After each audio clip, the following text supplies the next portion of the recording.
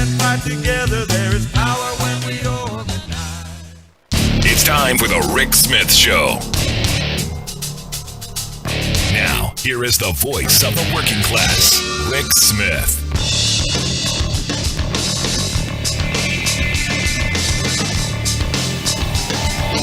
And welcome, brothers, sisters, working class heroes.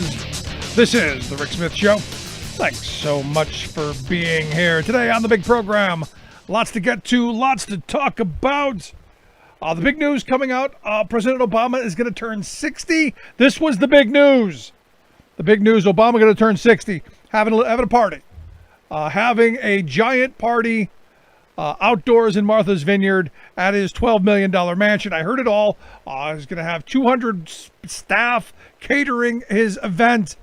I clearly don't care because I've never put Obama in that caring about working people category anyway. So am I surprised that Barack Obama and the Democrats are doing this kind of shindig in message-wise the worst possible moment? Everyone went on their vacation for the next several weeks while leaving this eviction moratorium wide open. First thing Monday morning, you saw landlords rushing to throw people out of their rental units. And this is a mess. This is a giant mess that Congress, the Supreme Court, thank you, that Congress hasn't done enough to address. And I know there are people on all sides saying, well, we tried.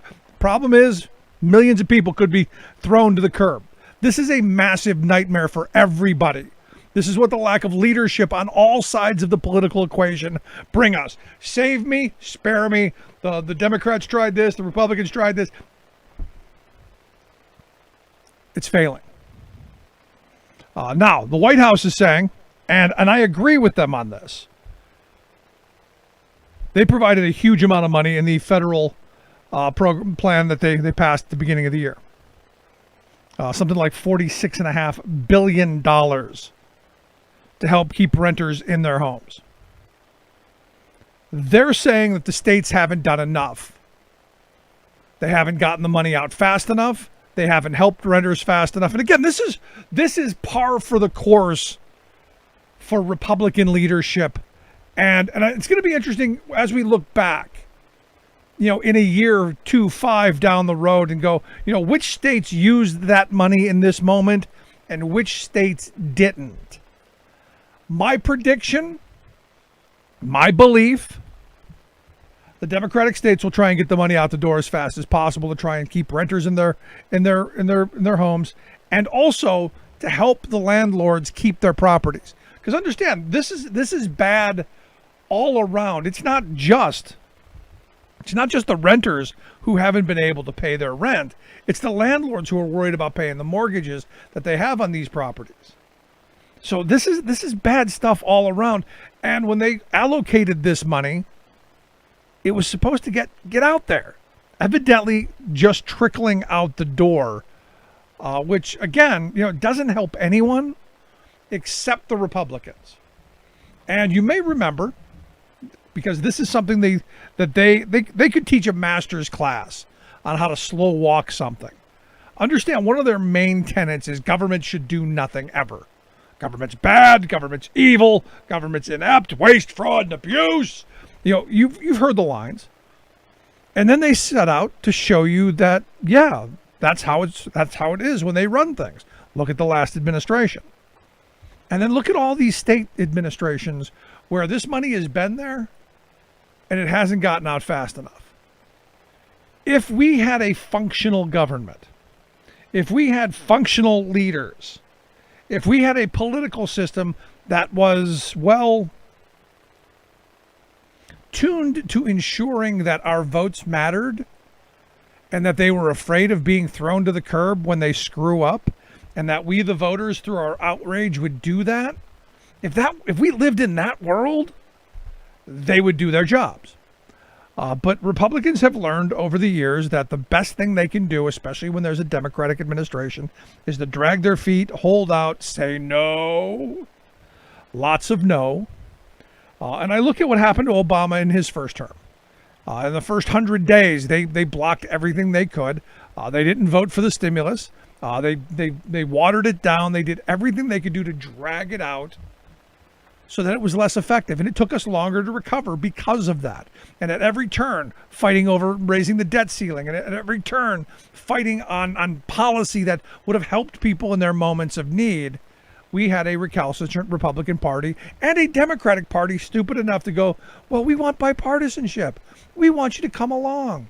We want you to co-lead with us, because that's what a functional government does, which is why we don't have a functional government. And now, if we didn't learn that lesson, I think Biden to a little bit has. But the fact that Democrats left D.C. without taking care of this issue in some way, messaging-wise, is just terrible. And then to have Obama's 60th birthday party, this giant bash, and it is, as I said, I don't have a problem with the man throwing a birthday party for himself. He's not president anymore. He's a rich guy. He can do what he wants. I've never put him in a place where I think he's going to help the poor. I've never put him in that place. So exactly what's going on is what I expect. But don't blame the man for, doing the social distancing and everyone being vaccinated. Because the first messages I saw, how dare he? He's having a super spreader event and all this stuff. And I go, well, he is, abiding by the CDC guidelines, whether you like it or not. And, oh, by the way, everybody's vaccinated there. See, we don't have to worry about that on the Democratic side because they all went and got the vaccine. It's the other side of the aisle that you kind of have to wonder about. But look, there's got to be a way to get this fixed. And a little later in the program, we're going to talk with Pennsylvania State Senator Art Haywood about how's Pennsylvania going to act to this? How's Governor Wolf going to react to getting money out into the economy to help renters and the landlords so that the system doesn't completely collapse? Because understand, if the renters don't pay the rent and the landlords don't pay the mortgage and the bank takes them back, the landlords don't have anything to rent and the renters have nowhere to live. So the system cannot break down like that. So we'll get some thoughts on that. But the big news for me today, giant news, which has just come out about an hour before broadcast. The National Labor Relations Board, I know most people don't know who the NLRB is, but the National Labor Relations Board, one of their hearing officers evidently has decided on the case of RSWDU, the Retail Workers Union, and Amazon. And it looks like, now it's not official yet, but all indications point to they're going to set aside the vote because of all of what they called improprieties. In fact, the headline, I love the headline over at the Post. It said, Amazon union election results should be scrapped over improprieties, NLRB officer recommends. And I'm going, improprieties? You mean breaking the law? We never hear someone who gets caught stealing the peppermint patties at the store going, well, it was an impropriety. He tried to improprietate the patties. And I know it's not a word. That's how stupid this whole thing is. But hey, ultimately, there may be another election. Now, for me, this is one of these moments where I go, our labor laws are so badly broken. Our labor laws are so antiquated. Our labor laws need to be updated, reformed, and actually given some teeth. Because if it were me, if this was me making the decision, I wouldn't have set aside the election for another one. I would have imposed it upon them and made them begin bargaining. Say, look, you broke the rules, you broke the law. I now recognize this unit. I recognize the union here. You now have to start bargaining with RSWDU and get that first contract. Now, understand, Alabama is a no rights at work state. So it shouldn't be hard dividing and conquering and tearing that into them. If you're creative like Amazon is, and if you're willing to spend, unimaginable sums of money doing it like Amazon will. But this was the workers. This should have been the workers' victory. If for no other reason, the horror stories that we heard coming out of that facility. and the kind of abuses that went on, and look, that go on each and every single day. None of this stuff is new. We've been talking about this for years. How these captive audience meetings are intimidating and harassing, and how basically, the employer gets to threaten the employees at every turn without any repercussion. Well, there is a repercussion. They're going to have to get, there's a repercussion here. Amazon might get to do it again. They might get to beat their employees a little bit more going forward, while having to put up a notice saying, "Oh, we're sorry, we won't do it again." Because in this day and age, with our labor laws the way they are, posting a notice saying they won't do it again is about as big a penalty as you're going to get. Now we should know in a couple of days what the official decision is going to be on this. But all indication looks like there's going to be another vote. That the workers at the Amazon plant there in Bessemer are going to have another bite at the apple. And, for me, this is one of those moments where you look at it a couple of different ways. The folks who are still there, because remember, this place has 100% turnover rate, which makes you go, by the time they go to re-vote this, there may be no one left who voted in the last election. They may have had that kind of turnover, which is really kind of crazy if you stop and think about it. But the hope coming out of this is that, the messaging, and this is where I think is important, the messaging that has to come out of this is this company broke the law, and all the punishment they got is, oh, well, we get to go after our workforce again. We get to harass and intimidate. We get to have more captive audience meetings. We get to bring in more union busters. We get to get more people walking around the facility with sandwich boards saying how horrible the union is. We get to pay the police department to harass organizers and people. We get to do all that again? Because trust me, they will. There's no lesson learned here because there's no penalty here. And this is my point. There's no incentive to not break the law. There is no incentive to not do the things that Amazon did, other than, oh, you just have to do it again. A little slap on the wrist. Don't do it again. You be good. Post that notice. Make sure it's in a conspicuous spot. For 30 days, 30 long days, and you'll be sorry. What kind of punishment is that? Now, I do find it interesting that it's going to take us more time to find out how long this is going to take. And each and every day, the more this goes, the more Amazon, does their PR spin. And they are masters at it. They're so good. But these are the folks who get away with this stuff time and time and time again. And the reality is it's not just, ugly, situations like at Amazon. This is the kind of stuff that happens everywhere. And this is the reason why we need comprehensive labor law reform. This goes across all political ideologies. It goes above and beyond, what type of company it is. Employers know that they have the power to do whatever they want to do, and there are really no consequences.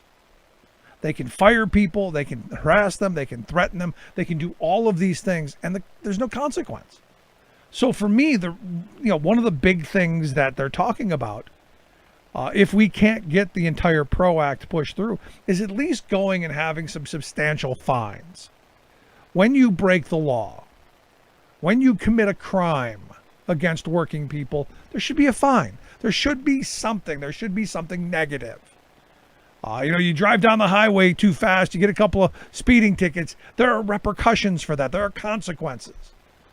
There are no real consequences to willy-nilly firing people or breaking the rules like they have done. Other than in this case, potentially a revote. I would like to start a movement of people saying, the heck with the revote. It's time to start imposing union recognition on these companies and make them sit down and bargain. And this is why we need to have, again, I go back to the PRO Act, back to the Employee Free Choice Act before that. One of the main things that they put in those is first contract arbitration.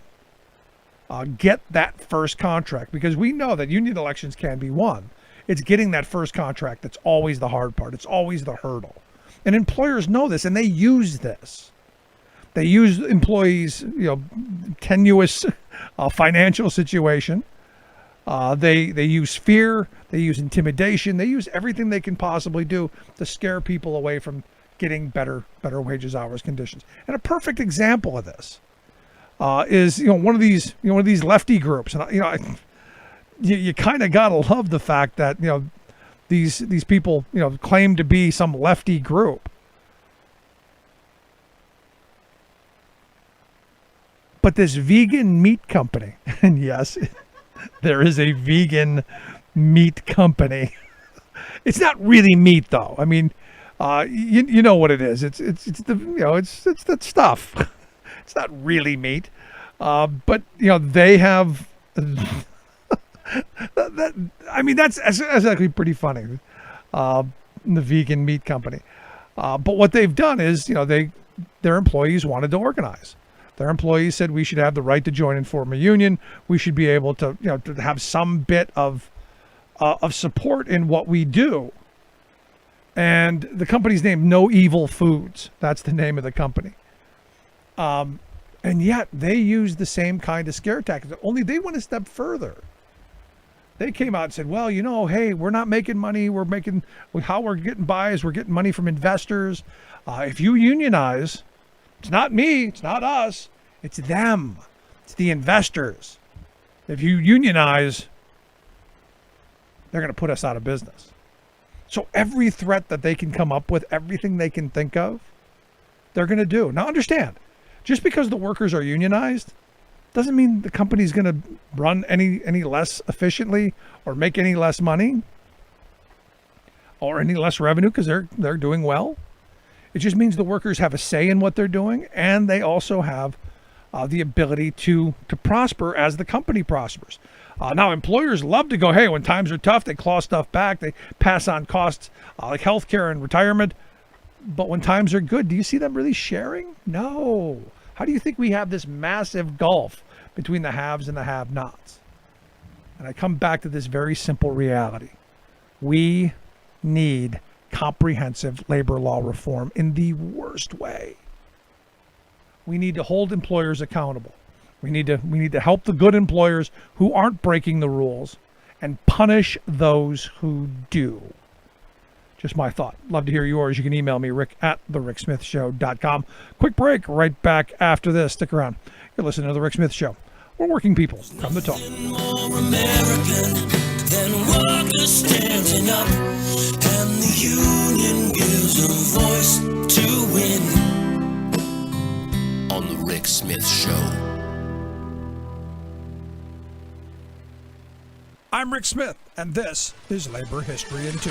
On this day in labor history, the year was 1934. That was the day striking Teamsters in Minneapolis defied martial law. They stopped scab trucks, forcing the release of their strike leaders. Armed with bayonets and machine guns, the National Guard had patrolled the streets for nearly a week. They seized scores of strikers and union leaders and threw them into military stockades. Drivers were outraged. They defied Governor Olson and Major General Walsh, who, on behalf of the Citizens Alliance and trucking bosses, were determined to break the strike. Soon after strikers were imprisoned, drivers began chasing scab trucks across the city. Multiple reports poured in of picketers forcing trucks to stop. Some unloaded their cargo onto bridges. Others chased, captured, and damaged the scab trucks. Strikers ripped ignition wires out, forced scabs from the wheel, and then disappeared before police and the National Guard could arrive to retaliate. In just 3 hours, strikers had overturned nearly 70 trucks. Unable to stop the superior force of striking drivers, Bill Brown, Vincent, and Miles Dunn were ordered unconditionally released from the military stockades. Now, employers, the governor, and other strike-breaking agencies were eager to propose peace to federal mediators. But they proposed to scrap the terms of their earlier May agreement. In response, the leaders of Local 574 issued a general strike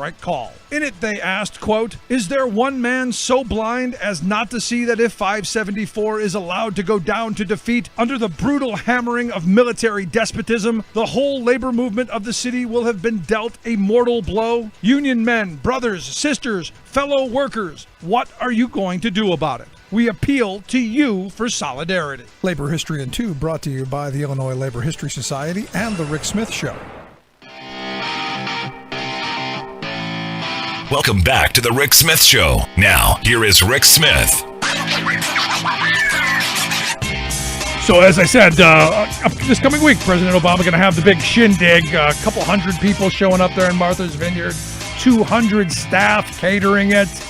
Every bit of the wrong messaging and the wrong visuals, at least as far as I'm concerned.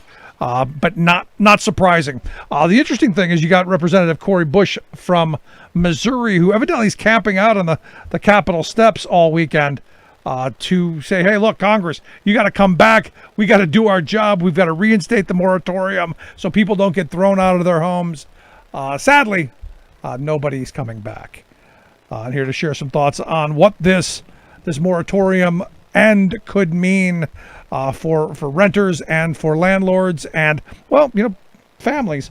I've asked Pennsylvania State Senator Art Haywood to come talk with us. Art, thanks for taking time for us. Sure, glad to be here, especially on this subject.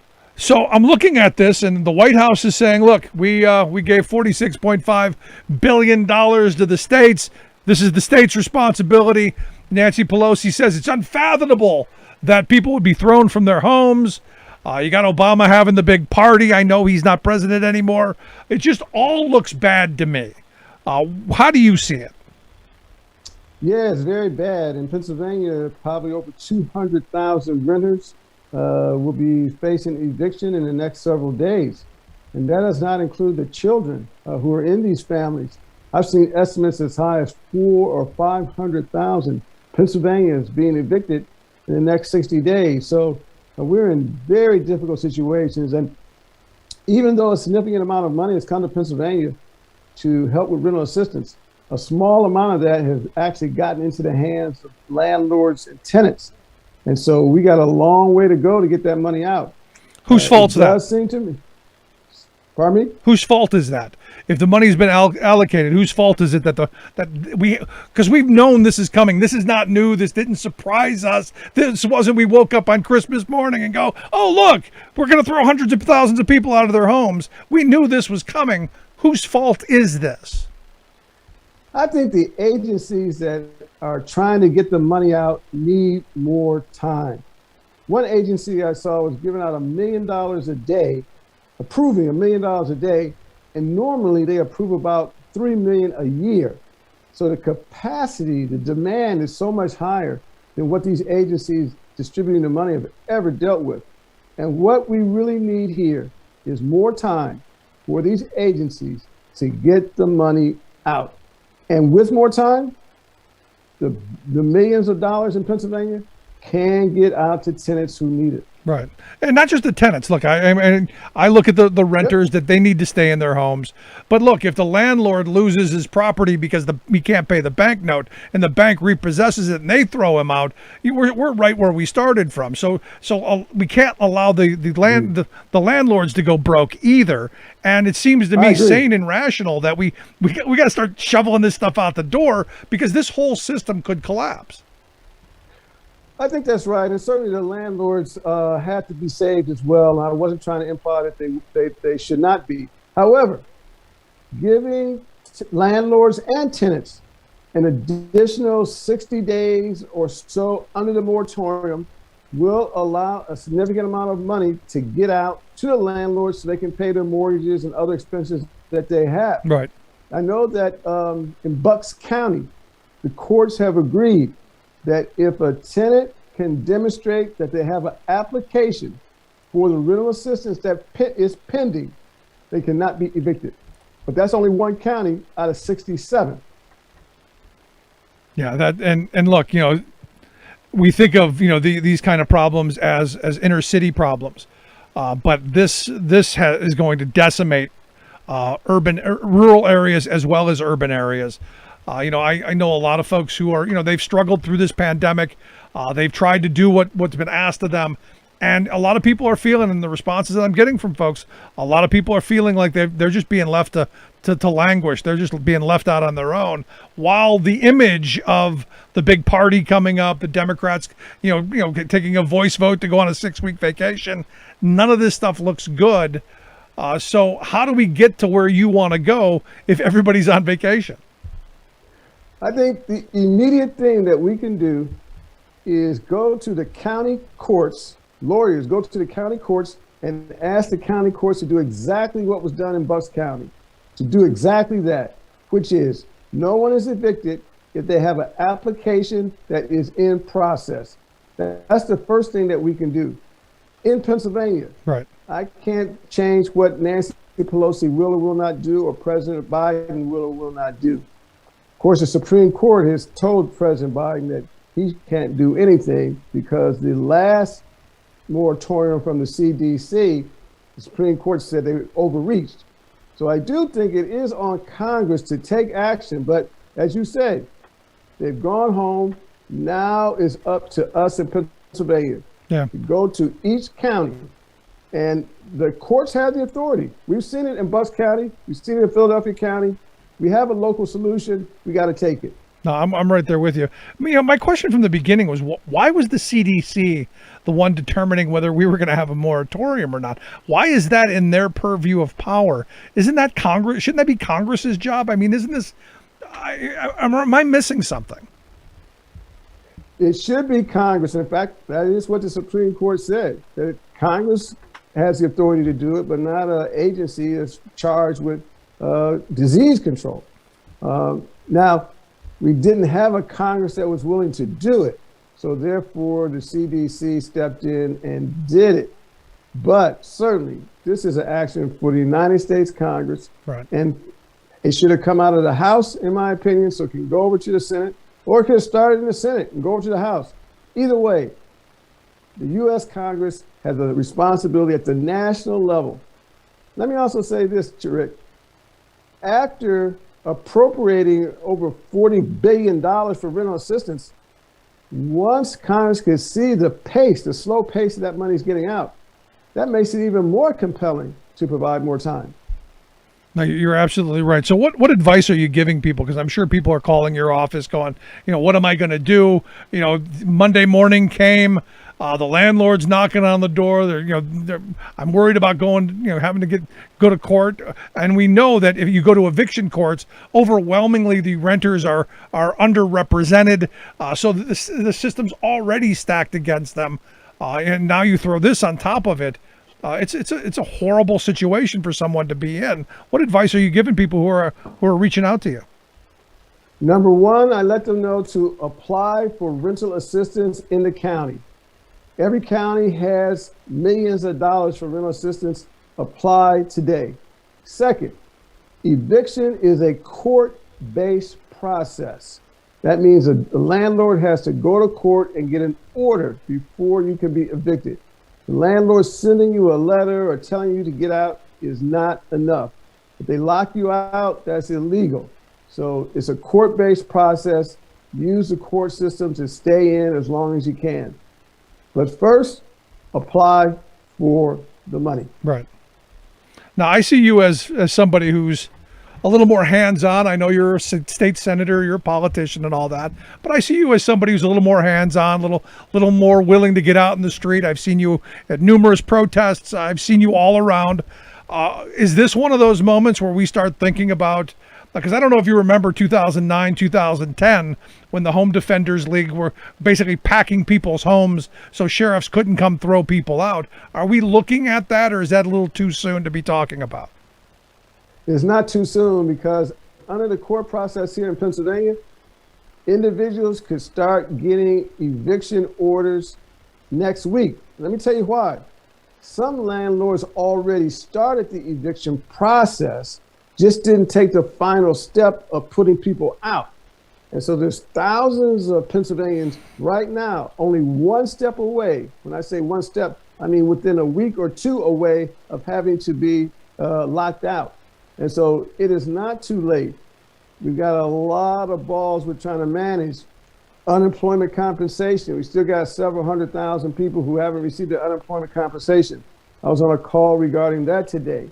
But this eviction crisis is here now, soon. I would say could be by next Monday. Folks are going to start to be locked out by court orders in Pennsylvania. It's disgraceful. And here we are in the richest country in the world, and we're talking about putting people out on the curb. There's something wrong with that. And there's something wrong with the court system that would do it. Now, but I keep coming back to this because I've got a lot of conservative listeners who are all you care about are the poor and the renters. You don't care about the owners. I want to make sure they're made whole as well. But they've got to hold on a little bit. So we've got to do something with the banking industry on a certain level. So now a moratorium, does that mean, you can't throw the renter out, but does that mean that the banks can't throw the landlord out too? I mean, is it both? Does it go that far as well? No, the landlords have had quite a bit of risk that they had to absorb from lenders. And the fear that a lender will foreclose on them is real. So I understand that landlords need to be paid. They've got bills to pay. As you say, they got mortgages to pay. However, I will say this. The best chance of getting payment is from the rental assistance programs, because there's not a lot of renters in the market who can fill a place, who can take up a vacancy. The renters in the market, many of them are struggling, and the tenants that landlords have are the best shot at getting paid for the many months that they may have been waiting. Right. No. So I encourage landlords to get paid. So is there anything in the funding that says if you evict somebody, you get nothing? Unfortunately not. A landlord can receive 80% of what's due and still evict the tenant for the 20% that's not paid. That's still possible. That's just. But you got to think about this is a competitive situation. Landlords need tenants, and a tenant that can pay 80% of the back rent is better than foregoing the 80% of the back rent, getting nothing for the last several months.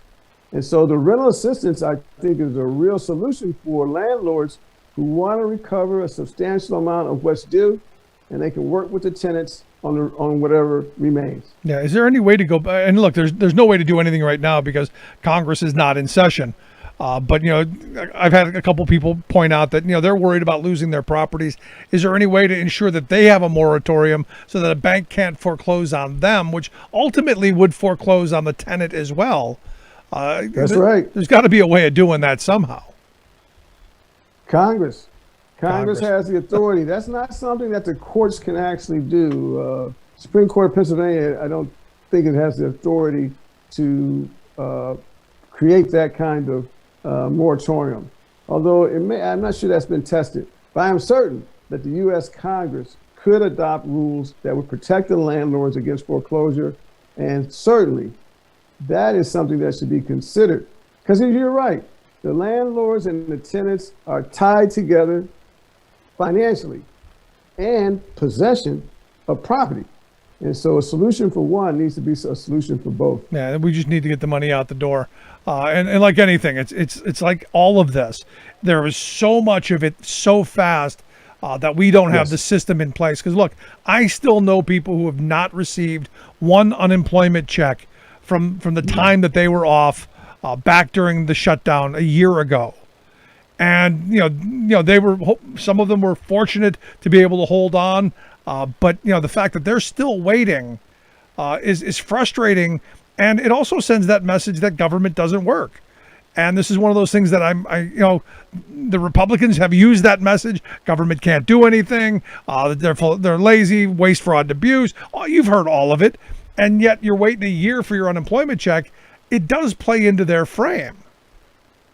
Yeah, no, it's definitely very disappointing. At the same time, I do think that the millions of people who did receive unemployment compensation during the crisis, that's got to count for something. Right. But you're an individual, hasn't received unemployment check in a year, 16 months. That's that's a crisis for your family. That's a crisis for your family.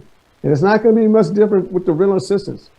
The fact that Pennsylvania got $847 billion really doesn't mean anything if you're out there waiting for your application to be approved. It could be $5 billion. If my application is not approved, there's a problem. Yeah. At the same time, we do have a path to solution. We have money. Even with a slow process, we have money. So let's let the process play out so people can stay in their homes. Landlords can receive the money when it's approved. I do think that's the course of action that's best for landlords, tenants, and communities. Because communities with vacant properties create blight, vandalism, and other social problems. No, we learned that. We learned that in 2009 and 10, when they were kicking people out of their homes. And look, I grew up in Cleveland, and what happened in Cleveland and places like Detroit and Milwaukee and other cities. As soon as people got thrown out of their homes, they went abandoned, and then just horrible things happened.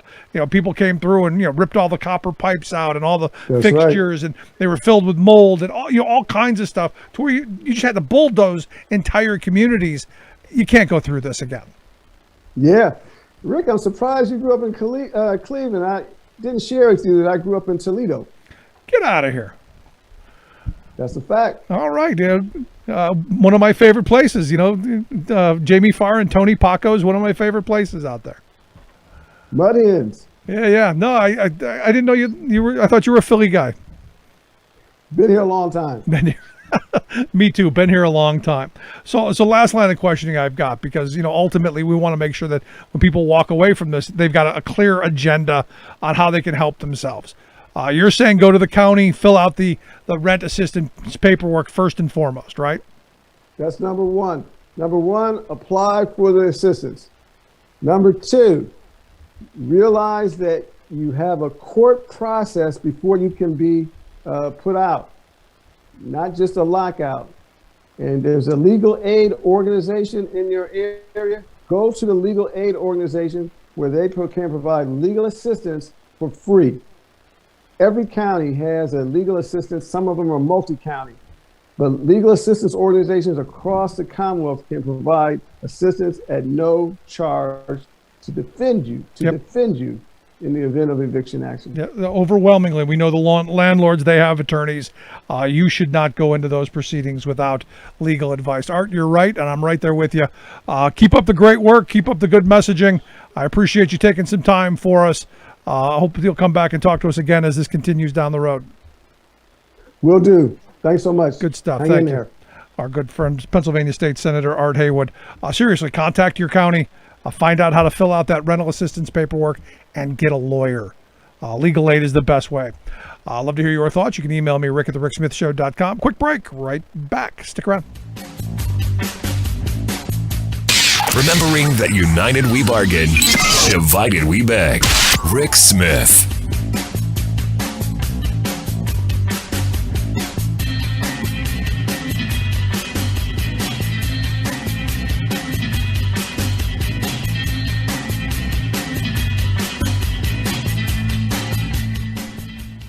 I'm Rick Smith, and this is Labor History in 2.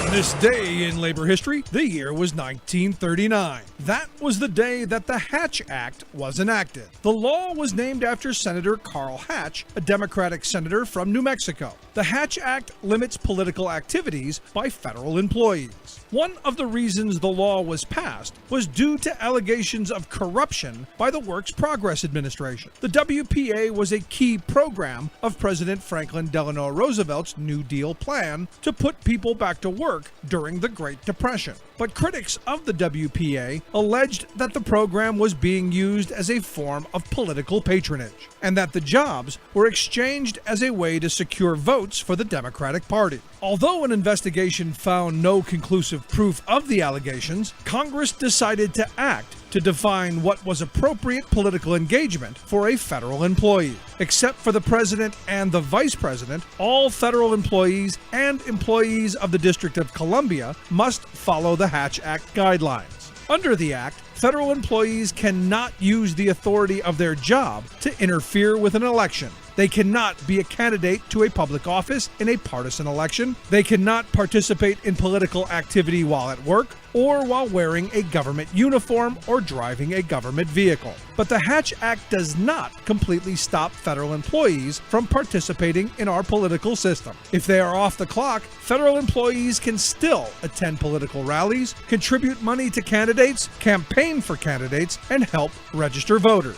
Ensuring the individual rights of free speech and elections free of corruption can be a difficult balancing act, especially for the thousands who call Uncle Sam their boss. For more information, go to laborhistoryin2.com, like us on Facebook, follow us on Twitter at laborhistoryin2.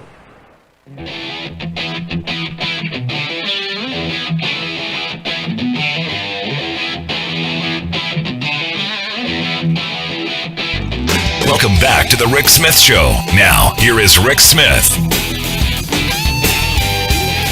So everybody's gearing up for the big fight next year. 2022 is going to be an important political year because if things continue down the path that they're going right now, Democrats are, I think, going to be in trouble. This eviction moratorium, if this goes the wrong way, not good messaging out of this. And look, everyone's focused on the urban environment in the big cities. I'm telling you right now, the eviction problem is going to hit rural America just as hard. And I would argue probably harder because there isn't the kind of infrastructure that we heard Senator Haywood talk about. Legal aid in a lot of rural communities, not likely. So the question is, how do we help those rural communities? And ultimately, how do we bring them around to voting for policies that are going to help working class rural voters? And here to share some thoughts on maybe how we do that, I've asked JD Schulten to come talk with us. JD is the executive director of ruralvotes.org. JD, thanks for taking time for us. Thanks for having me, Rick. So, I'm looking at this this eviction moratorium that's just been lifted, the fear that, hundreds of thousands of people across, our state and yours as well could find themselves soon out in the streets and just left kind of, nowhere. The idea is how do we help those folks first? And then how do we reach them to say, look, we need to do better with our government. We need better social programs. We need better opportunities for working folks.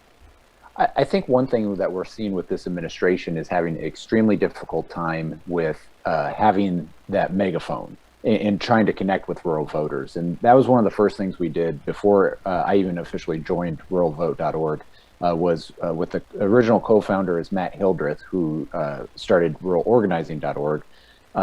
And we did this poll together, and it showed that when it came to the stimulus checks, the $1,400 stimulus checks, we asked straight up, do you think that was Biden or was that Trump or somebody else? Who gave that to you? And only 50% of rural battleground voters thought that it came from Biden, and 39% thought it was Trump. And so there's this huge disconnect. Even when you pass really good legislation that helps rural America, the America Rescue Plan, in fact, was probably the largest investment in rural America since the New Deal. And we got to make sure that that message, when we actually do pass good policy, that it turns into good politics. And right now, that's one thing that we're focused on, is making sure that we have the messengers in these places that can push our message out. Right. And I think a big part of this is going to be this infrastructure bill that they're talking about. The bipartisan bill is one thing. That's going to be a lot of hard infrastructure. That's going to help, everybody. But the $3.5 trillion bill, as I understand it, and as it's been explained to me, really significant increases in funding and investment in rural communities. Especially, I live in a rural community. Our broadband access here is terrible. I pay way too much for poor service, and I would love to see a gig speed kind of broadband brought into our area. The investment's just not here. I think that's where that helps. Absolutely. And there's a $60 billion plan that's part of all that would go into this. And that's one thing we're pushing for. When it comes to broadband, it goes into another issue, too, of antitrust. And that's one thing, step away a little bit from what I'm doing now, but what I ran on for two election cycles in 2018 and 2020, I talked to rural communities and farmers who will always vote for me and ones who will never vote for me and everywhere in between. And I pushed and pushed and pushed on antitrust, and no one pushed back on that because they know I'm right. And it's everywhere. in every industry, pretty much. We are living in the second Gilded Age, and I went to a PRO-ACT rally in my hometown of Sioux City a couple weeks ago, and it goes hand in hand with unions and everything like that. We all had the same exact battle 100 years ago, and so antitrust, workers' rights goes hand in hand, and it's a winnable message in rural as well. No, you're spot on. I mean, we are in the new Gilded Age, where you've got these giant corporations with monopoly power, like Amazon, like Walmart, and a labor movement that is, well, to be honest, in the private sector at about the same rate of density as it was when it was illegal. So there's a lot of opportunity here, but how do you think that equates to the rural voter? Because most of the rural voters that I know, they take that individualism, that personal responsibility, all the things the Republican Party claims that they believe in, and that they've taken that to their core. How do you reach those folks and say that the Democrats just aren't going to give everything away to those people, whoever those people are? Right, and again, it's we have a message issue, but then we have a larger messenger issue, and we're not getting the messengers right now. And that's one thing that I saw in my campaign was that we outworked I outworked my opponent, outraised my opponent, out traveled my opponent, did everything, but the infrastructure wasn't there. And so one thing that we're doing at ruralvote.org is, well, I guess it's two things. It's one, it's improving the Democratic brand. The other is addressing the mis and disinformation out there. And so when it comes to the brand, we did this poll that just generic candidate who we thought would, like a stereotypical really good rural candidate, and just said some generic things. And then we had that person up against somebody who is from the coast, who a multimillionaire who just wants to have tax cuts for his or her friends. And the generic candidate won by 34 points. Then we put a D by that person's name, and they lose by 1 point. That's what we're up against. Yep. And our policies are extremely popular right now. But then you put a D by it, it drops 10 to 15 points. And so the brand is one of the biggest issues that we have to address. And one of the things I get very frustrated with, and I think Democrats have to look in the mirror, is we lost a populist fight to a New York billionaire. And we have to address that. And we lost it in 2016, and then we barely won in 2020. And you look at the demographics of where the votes are going to come from and everything like that with the Electoral College, the Senate, and the Senate picks the Supreme Court. By 2040, it's estimated that 70% of the population of the United States is going to be in just 15 states. So that means there's 30% of the population is going to have an extremely loud voice. And so that's one thing that we're really focused on. 2022 is very important, and then it's 2024 and on. No, you're so spot on. And, the reason that I make the argument, because I've been talking about this I've been doing this show for 16 years now, and I've been talking about this issue for all of those 16 years. Because when I started this, I'm a truck driver by trade. So I moved to a very rural area, 16 years ago, and all of my Teamster buddies were spewing Rush Limbaugh and Glenn Beck and all of these right-wing talking heads who were saying the union's terrible. We need corporate interests. We don't need public anything, and they bought it because it's all they were hearing. There was no balance in our media structure at that time, going all the way back then, and it's even less so now. Right. And the reason that you had a New York billionaire win a populist message is because they had a much bigger megaphone. They have been talking to these rural communities for decades now. So they've been talking to them all along and bringing them along. So it's not surprising to me that he was able to do that, because he tapped into their world. Exactly. And I think so much of there's this county not too far from me called Carroll County in Iowa that in 2008 it voted for Obama, but then it voted in 2020 for Trump at 71%. And you look at what's the biggest thing from 2008 to 2020 that has really allowed for that shift, and that's the mis and disinformation on social media. And my district happened to be the #1 district in America where Republican and Democrats are on Facebook. And even where there's bad broadband, people are on their phones on Facebook. And so this is something that I see very clearly, and we need to address this. And what Democratic message is going into Carroll County when their state representative, their state senator, their governor, their member of Congress, and both senators are all Republicans. You guys are lucky enough to have Sherrod Brown and some Democratic voices in Ohio. We're very limited with what we have. And right now, Iowa geographically is between South Dakota and Wisconsin. We politically are close to about the same in between those as well. And we're at a pivotal moment where we have to decide which way we're going. Yeah, I'm in Pennsylvania, so we've got Bob Casey, and I'm very happy. I love Sherrod Brown. I also hope Tim Ryan wins next year. Because there's a lot of good that can happen there. But ultimately, you're right. We're a state that has two. We're kind of bipolar. You got one that's not so good, and you got one that's really good. So the question that I keep coming back to is, it's hard work to reach out to people that don't agree with you. In fact, it's one of the things that we've committed ourselves to do. Our program is in overwhelmingly rural areas, because I want to have this conversation on how we get to the place where we're no longer, voting over who's sleeping with who or what bathroom you go to, but we're voting on how do we make sure our kids get really good education?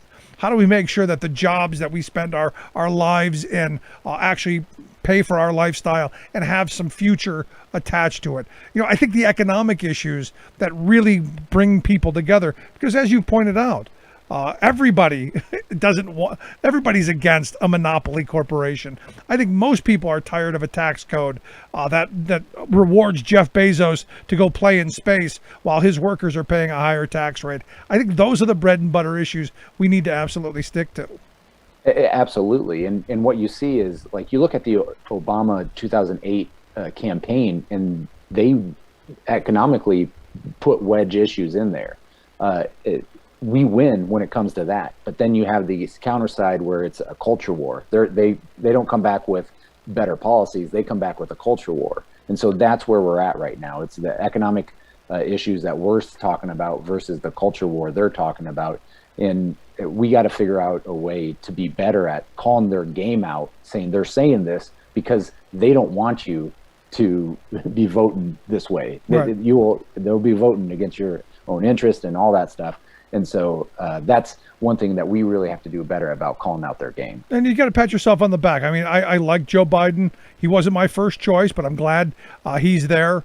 He's not somebody who's going to blow his own horn. I think he should do that a little bit more.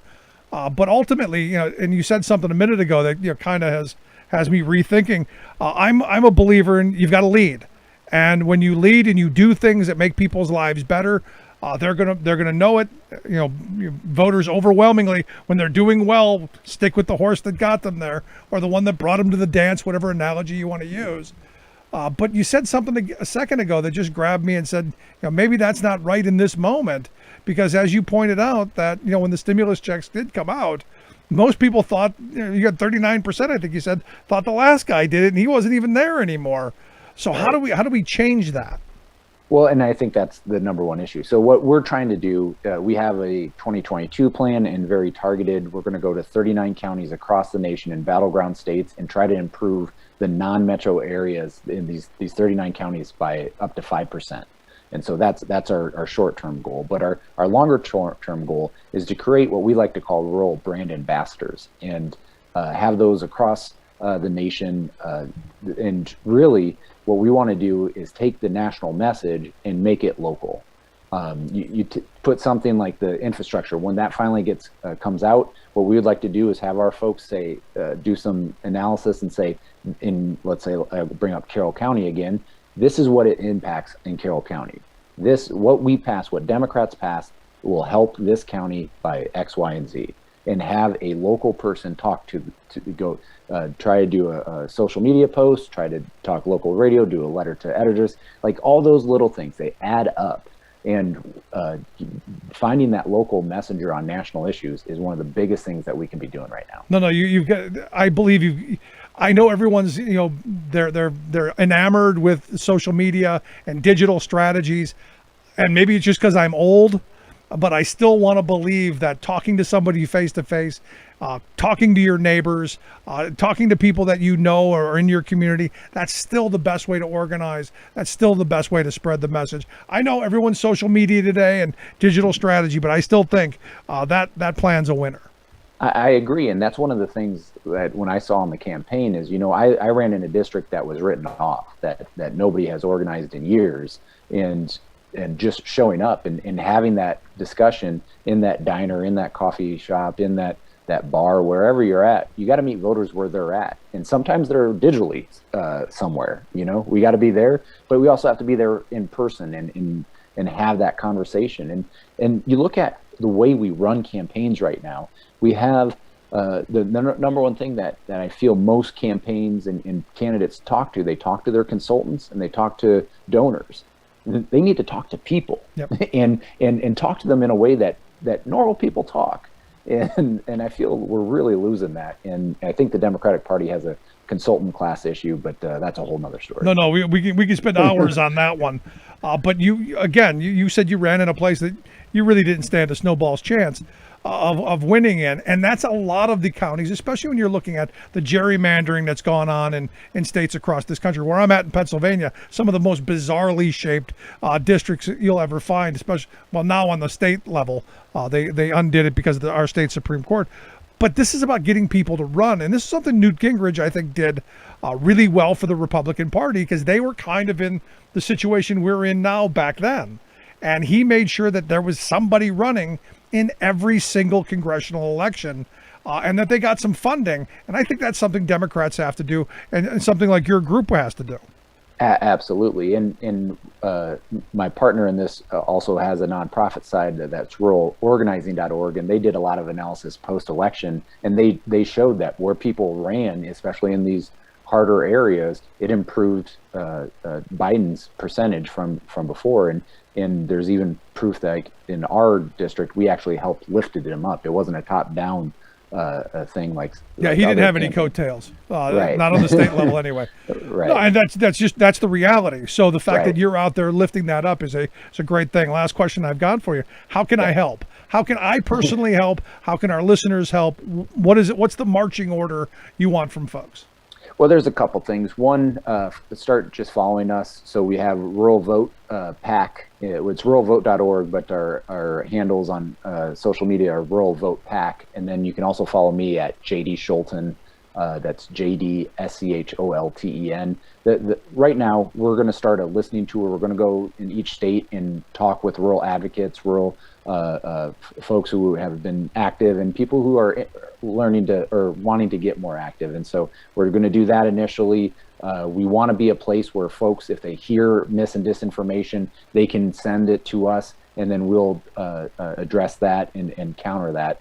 And so that's the short-term things. And so if folks want to just let us know, reach out to us. If you have ideas or any groups that we should be talking to, reach out to us. Good stuff, JD. I appreciate the time. Go to ruralvote.org, ruralvote.org. We'll get links out on social media, how you can take a look at that. JD Scholten, I appreciate the time. I hope you'll come back and share some more with us down the road. Love what you're doing. Thanks so much. Right back at you, Rick. Appreciate you. Good stuff, JD Scholten. Again, ruralvote.org, the website. I'd love to hear your thoughts. You can email me, rick@thericksmithshow.com. Quick break. Right back. Stick around. Remembering that united we bargain, divided we beg. Rick Smith.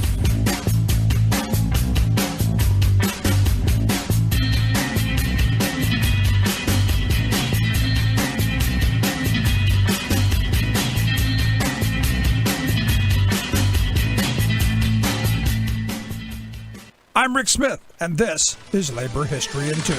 On this day in labor history, the year was 1918. That was the day of the first general strike in Canadian history. The strike took place in Vancouver. It was held to protest the police killing of labor leader Albert Ginger Goodwin. Nicknamed for his red hair, Albert was born in England. He became a coal miner and then immigrated to Canada. There he helped organize workers and lead strikes. He was blacklisted for his trouble, eventually making his way to Cumberland, Vancouver, where he found work as a smelter. He helped organize a strike for smelters to win the 8-hour 24-hour day. Albert had a lung disease that had led him to be declared unfit for military service in World War I. But suddenly, that decision was reversed. With the help of local townspeople, Albert hid from authorities. But he was found and killed with a shot that severed his spinal cord. He was just 31 years old. Outraged, the Vancouver Trades and Labor Council called for a general strike. Soldiers returning from the battlefield were mobilized against the strikers. The Labor Council offices were ransacked. Each year, Goodwin is remembered as part of the Cumberland Miners Memorial Day. In a ceremony, flowers are placed on his grave. His legacy remains contested, however. For a while, in the 1990s, a stretch of highway was named after the slain labor leader, but the Canadian government removed the signs in 2001.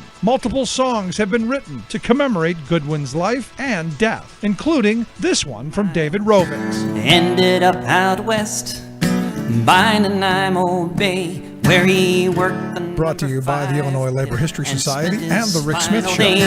Let's remember the departed and for us the things they gave, as we're gathered here by Ginger Goodwin's grave. As we're gathered here by Ginger Goodwin's grave.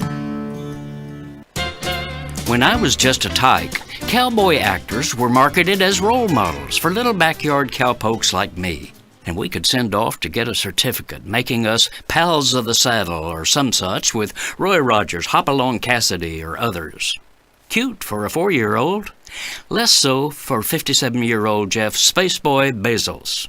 Yet, the gabillionaire profiteer, labor exploiter, and tax scofflaw who heads the Amazon online retail syndicate was all dressed up in July, play-acting as a heroic conqueror of space. Little Jeff took an ego trip on his very own rocket ship, publicizing it as some combination of Wright brothers innovation and Apollo moon landing.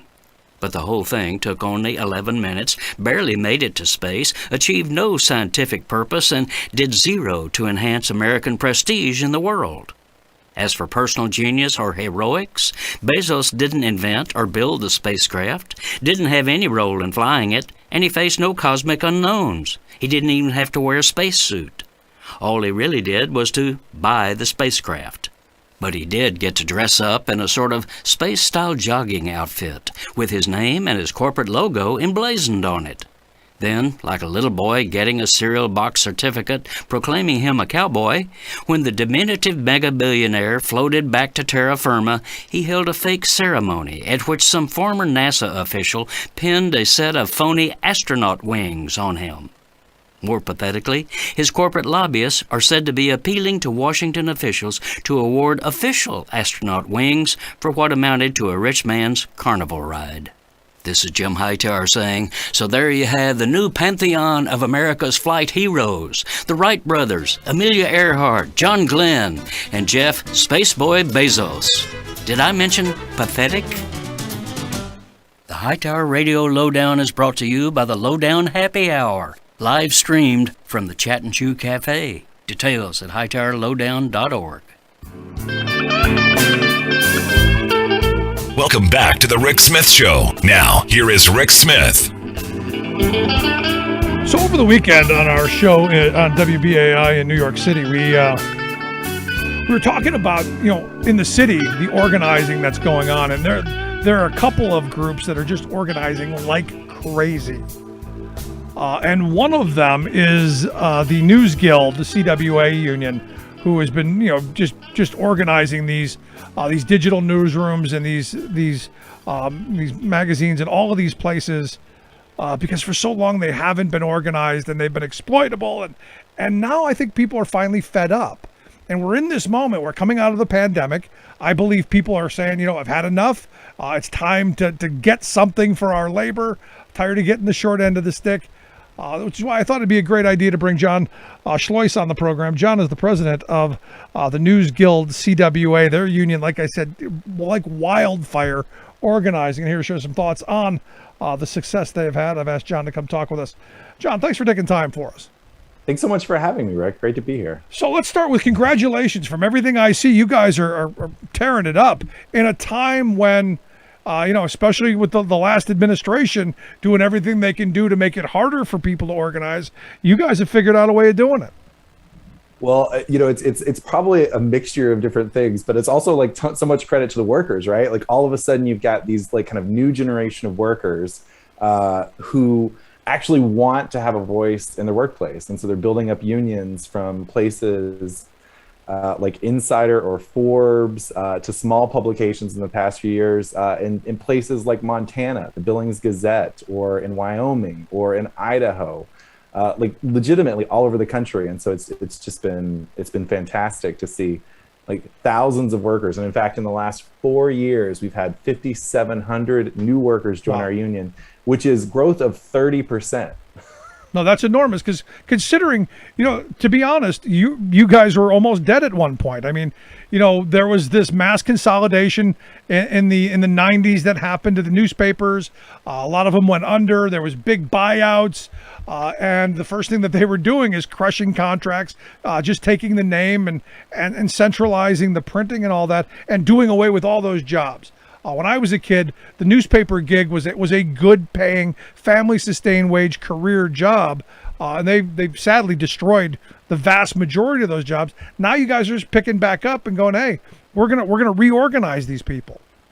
Yeah, well, it's sort of funny. Even if you go back to the founding of the American Newspaper Guild back in the 1930s, the problems were consolidation, low pay, no job security. So it's actually like it just keeps repeating itself. It's like, I don't know, the common thing that almost every American worker who's not in a union faces. Yep. And journalists are just fed up. So right now we've got just a handful of companies that own almost all of the newspapers across the country. Many of them are controlled by private equity and hedge funds. So in a lot of places, workers haven't received a raise in sometimes a decade or more. And they also don't have any job security. So they're like, what are we doing? Like, what we do as journalists is we go out and we cover the stories in our community. We tell the stories of our community for other people to understand how our democracy actually works and functions. And it's so shameful that these high-paid executives at places like Gannett or Alden Global Capital, which owns Tribune Publishing, like the Chicago Tribune, or the Denver Post through a media news group, another company that they own. It's so shameful for these high-paid executives to just take all of the money and resources out of our company and give us just barely even crumbs. Julie K. Brown just published a book 2 weeks ago. She's a reporter at the Miami Herald. She's a member of the News Guild. They organized a couple of years ago, and she just published the book about how she blew open the Jeffrey Epstein story. And she couldn't even get basic expenses covered while she was doing her job. And she had to cover a lot of other stories while she was doing it. And at the same time, she couldn't even save for retirement because she didn't make enough money in the paper. No, and that's insane. And a lot of the people I know who are in what is the new media, most of them are gig workers and don't even have employee rights. Which for me is another hurdle and obstacle that we have to figure out how to deal with. But it seems like, again, you've got these big CEOs who figured out a way to reap all the benefits, while the people who are actually doing the work, they're the ones getting the short end of the stick, which is why, again, I'm always rooting for the little guy. I'm always rooting for the working people to come together and say, I'm mad as hell and I'm not taking it anymore. I had those feelings myself. I grew up in very rural Arkansas in a town called Harmony Grove. I did not come from a labor background. I didn't know anything about unions when I was a kid through most of my young adult life. And then I landed at the Los Angeles Times, a place that in the newsroom had never had a union in its 130 plus years. And we had seen just cuts after cuts after cuts. We had seen changing management. We had seen they pulled away our accrued vacation, so we couldn't even accrue and take vacation anymore as an asset. And they kept changing all these things, and we were like, this is crap. We need to stop this. And so we were like, well, how do we do that? And someone said, well, what about this union thing? That seems like a thing to do. And so we figured it out. And us with about 1,500 other journalists and other media workers and activists in 2018 built unions and joined the News Guild, our union. No, that was a huge thing, and I remember talking about it back then, just going, that's amazing, and hopefully it starts a wave of more people doing what you're doing. Because look, you're a young guy. Young guys and women are coming into this industry who, like you, sadly, know nothing about unions, no idea what they are, what they do, and what function they serve. So, part of what I do and part of what I think is important, we need to educate people on what exactly unions are as opposed to what we're told they are. Because you look at Amazon and the campaign that they ran. You look at this Washingtonian magazine. Their CEO, I guess, threw everything that they possibly could at the staff. Every anti-union meetings, calling staffers in one-on-one. All of the shenanigans that Amazon just got slapped for. They're doing on this smaller level, because this is what employers have been getting away with for way too long. Yeah, it's so funny that you bring up the Washingtonian. It's a magazine here in D.C. and the workers actually took a one-day strike a couple of months ago after the CEO of the company posted an op-ed in the Washington Post, basically saying, if you don't come back into the office when we tell you to come back into the office, then you might as well, we're going to convert you to independent contractors. We're going to 1099 you. And the workers were like, that is so beyond disrespectful. They didn't have a union, but they took a strike. They struck, including middle managers. And so now those workers, it's not a huge number of people, but it's people who really are dedicated to actually building a voice in their union. They're now organizing with the Guild here in DC. And you're right. I mean, this company, we have this saying in the labor movement, right, on the inside, that sometimes the boss is the best organizer. And this CEO is just burning money, treating her employees with such disrespect, basically insulting their intelligence, right? And so, one of the things that was I thought was really inspiring was, they send out these anti-union talking points. They send it out in the slide deck. It's we just want you to have the facts, and you need to do your research before you vote, to join this union, because you need to know what you're doing here. And it's so insulting, because it's every single day journalists do a ton of research. You don't think they did research on this union? Of course they did research on our union. That's what they do. And so it was such a waste of money, and it's kind of embarrassing at this point. But again, sometimes the boss is just the best organizer, because they put their foot in the mouth and they push people along. It's frightening though. As you said that you come back to work, or we'll do what you do what we say, or we're gonna make you all independent contractors. That's a threat. Under even our broken, ossificated labor law, that's still against the law. That's still illegal. And yet, what penalties did she have to pay? None. Maybe had at worst had to post a notice saying, "I'm sorry, I won't do it again," until they do it the next time. Yeah, it's a huge problem. I mean, it's why we actually need to have financial penalties, because you were talking earlier in the day about organizing. We've had this massive success. We are in the middle of more than 90 first contract fights right now in our union alone. That's so many, and so we're staffing up like wildfire to basically be able to pull people through that effort. But companies want to just drag it out. They don't care about actually reaching a deal. They don't really want to bargain in good faith, and they will violate the law every single way. In Idaho, we've got 20 people in Idaho at the Idaho Statesman in Boise. And the company tried to implement page view quotas on them, basically demanding that they have to have a certain number of visitors to their stories on a certain amount of frequency of time. That's a violation of status quo. For folks who know, after you organize, you get certified or voluntarily recognized as a union, the company can't change anything without negotiating with the union or the workers, right? Right. And they changed it by implementing that, and we fought. We went to the NLRB. They won, which was a huge victory. But these companies should have huge penalties, financial penalties against them. No, I'm with you. And this is where I keep coming back to. We need major comprehensive labor law reform. I look at this Amazon story where evidently they're going to have to revote. I go, okay, big deal. They got to revote. They're going to spend a couple more $1 million to do exactly what they did, because there's no penalty. I think they should have been given union recognition right there on the spot. You begin negotiating, and we should have something in place that says, if you don't have something in a year, we're going to impose something. Yeah, we'll go to arbitration. I mean, the months that we waste fighting over just cause protections for jobs is absurd. Something that an arbitrator would award us in a heartbeat. It would be so much better. And I mean, that's part of what's in the PRO Act, which is great. And the Amazon situation is really fascinating too. I think it also comes down to the job that we have to do as organizers in this movement. We have to also do what you said earlier, right? It's not just about the social media. It's not about the glitzy campaigns or the sexy flyers. We got to knock on doors. We got to go call people up. We got to have one-on-one conversations. We need to figure out what their issues are, and we have to move them to action. You're spot on. And a big part of that, John, is educating them.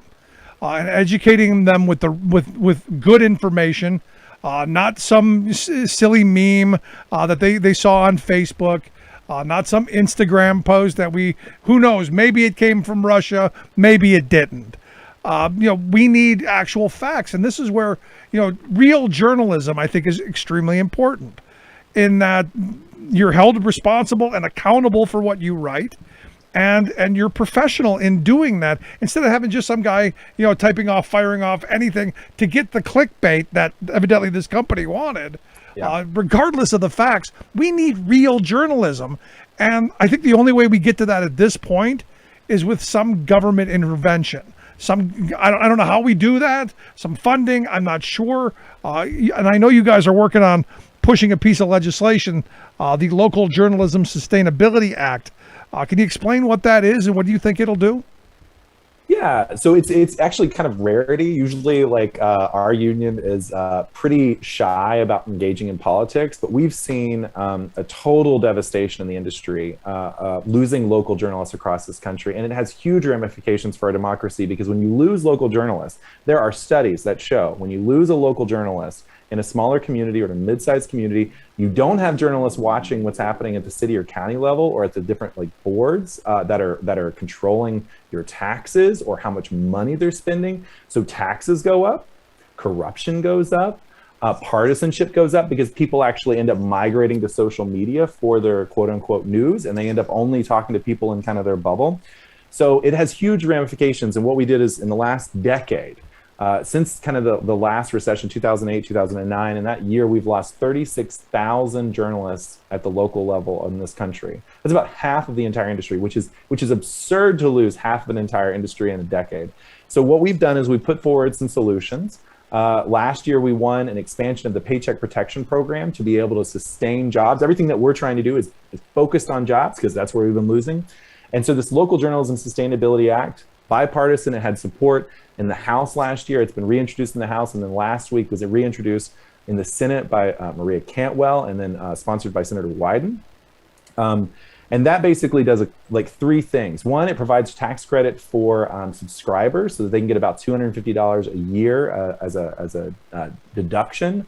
Not huge, not amazing, but the next thing that's really good is it actually provides some incentive to hold people onto their jobs. So it provides several thousands of dollars every year for tax credits for companies to retain and hire journalists.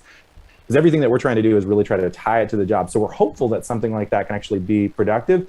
But I think what you're talking about is actually something we have to really do, which is we have to replant all of the news industry back into local communities. Because right now, too many hedge funds, too many corporations control local news. And so we got to break it up. We got to make it responsive to our communities by providing incentives to start up new local nonprofit news organizations that are going to be mostly digital or mostly online, but actually cater the community and speak for the voice of the community and provide the stories that people actually want to see and aren't controlled by those hedge funds or huge conglomerations. Yeah, I mean, that's been the downfall of our media structure. Look, we've been in these moments in this country before. I mean, I'm not naive enough to think that, this is the worst it's ever been. You go back to the days of yellow journalism and the Hertz papers and all that stuff of the past, the Hearst papers of the past. They were just as bad in their time.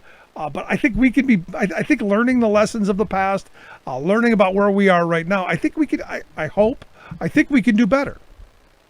I think so too. And I mean, let's talk about the recent past. January 6th happened. There were thousands of people in our nation's capital who stormed into our house of democracy based on lies and fiction, right? That was able to spread because there weren't enough journalists, in my opinion, weren't enough journalists across the entire country to provide fact-based information. People lost all of that local news coverage. They don't have a voice. They don't see themselves represented in New York City or on cable news shows or on large platforms because they aren't part of that and they've lost their local journalists. They just go online to 4chan and to some of these websites where they just believe all these conspiracy theories. It's a huge problem of media literacy in our country. No, I'm there with you. So I go back to this Local Journalism Sustainability Act that you're advocating for. You're going to give the guy who's going to 4chan, doing his vaccine research with his mouth open watching YouTube, you're going to give him $250 to spend on media. Do you think he's going to spend it on the local, Gazette, or is he going to spend it on crazy QRS? Well, hopefully he's going to spend it on actual journalism. So we tried to define what actual journalists are doing in there, which is a little bit tricky, but tried to actually make it legitimate. And we also wanted to make sure that it was focused on local news so that it wouldn't just be going to like some of the larger publications. We represent workers at the New York Times, the Washington Post, at the Wall Street Journal, really large publications. But the issue of losing local news is a matter of national import, because a lot of news stories end up starting out as local stories from the get-go. So I'm hopeful there. And I think too, like the other thing is providing a benefit for companies. And some of these are still owned by families or smaller companies. Newspapers of New England is a smaller company. You know, my paper that I cut my teeth on is the Arkansas Democrat-Gazette. Just recently purchased the Pine Bluff newspaper from Gannett, the largest chain in the country, turned it back to local ownership, so it's owned in Arkansas. It would be good to provide incentives to keep jobs for journalists at the local level, and that's a big chunk of that. Yeah, ultimately, the conversation I had in the last segment with J.D. Schulten, he's like, look, antitrust laws play very, breaking up big conglomerates, breaking up these monopolies, play very well in urban areas and in rural areas, because nobody wants somebody too big to be accountable.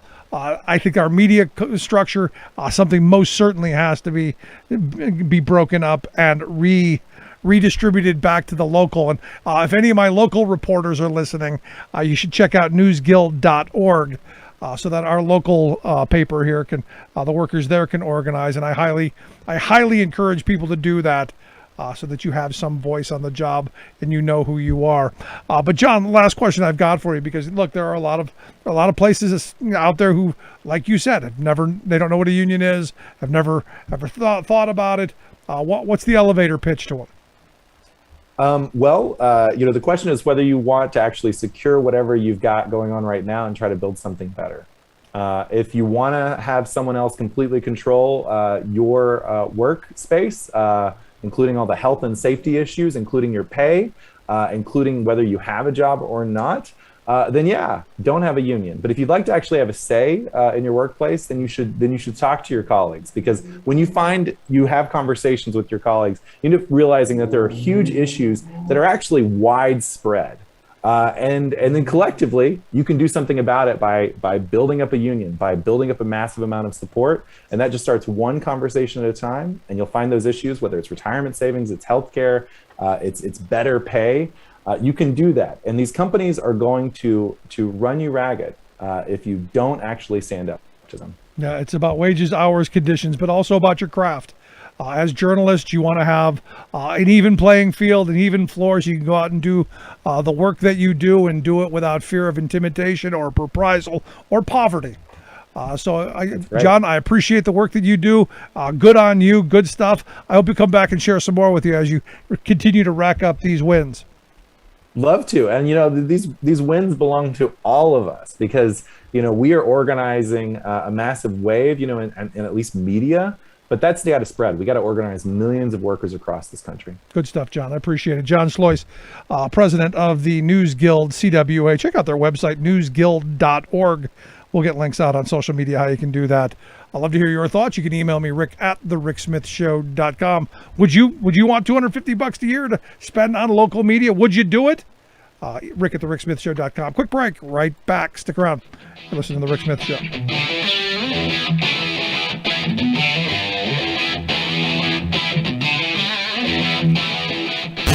Saving work in America, one show at a time. The Rick Smith Show.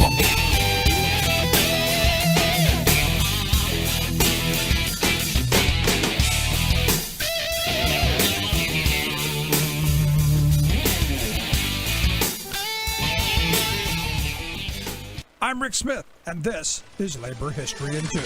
On this day in labor history, the year was 1934. That was the day striking Teamsters in Minneapolis defied martial law. They stopped scab trucks, forcing the release of their strike leaders. Armed with bayonets and machine guns, the National Guard had patrolled the streets for nearly a week. They seized scores of strikers and union leaders and threw them into military stockades. Drivers were outraged. They defied Governor Olson and Major General Walsh, who, on behalf of the Citizens Alliance and trucking bosses, were determined to break the strike. Soon after strikers were imprisoned, drivers began chasing scab trucks across the city. Multiple reports poured in of picketers forcing trucks to stop. Some unloaded their cargo onto bridges. Others chased, captured, and damaged the scab trucks. Strikers ripped ignition wires out, forced scabs from the wheel, and then disappeared before police and the National Guard could arrive to retaliate. In just 3 hours, strikers had overturned nearly 70 trucks. Unable to stop the superior force of striking drivers, Bill Brown, Vincent, and Miles Dunn were ordered unconditionally released from the military stockades. Now, employers, the governor, and other strike-breaking agencies were eager to propose peace to federal mediators. But they proposed to scrap the terms of their earlier May agreement. In response, the leaders of Local 574 issued a general strike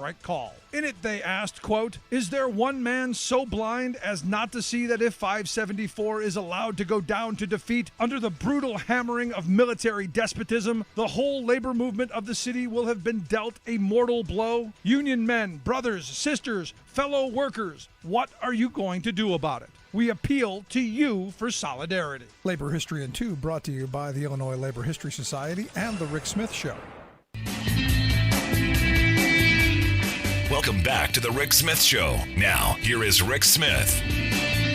So, evidently, according to Newsweek, Lindsey Graham has COVID. Lindsey said he feels okay. You know, it would have been much worse had he not been vaccinated. He's been one of the people who was saying, "Look, you got to go out there and get vaccinated."